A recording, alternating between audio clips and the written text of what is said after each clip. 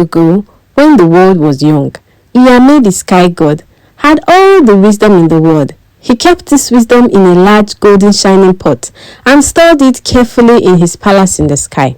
But as he watched the people of the earth struggle with their problems, Nyame decided it was time to share this wisdom with them. However, instead of giving it directly to the people, he gave it to Anansi, his trusted servant, and he told him to distribute it fairly. Anansi was thrilled. He couldn't believe his luck in being chosen as the keeper of the wisdom.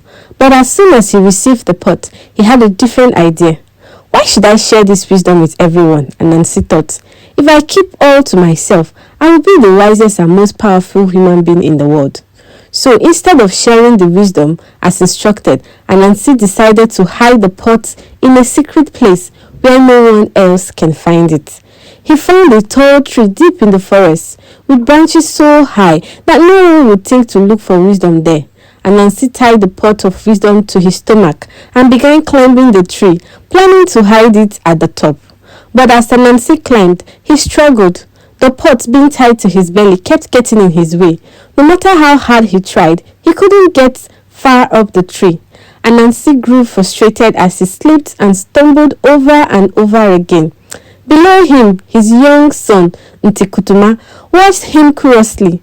After some time, Ntikutuma, seeing his father struggled, called out, "Father, why don't you tie the pot to your back instead of your stomach?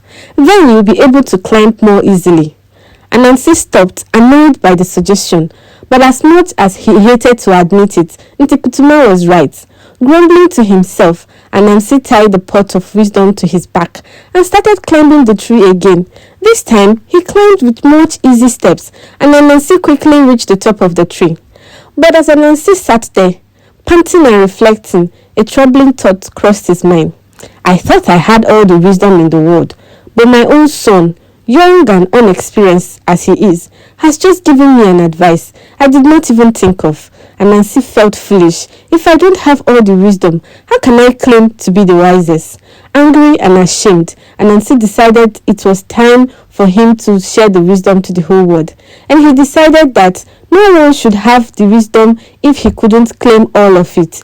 In his frustration, he threw the pot of wisdom down from the tree. It hit the ground and shattered into thousands of pieces, scattering the wisdom all across the land.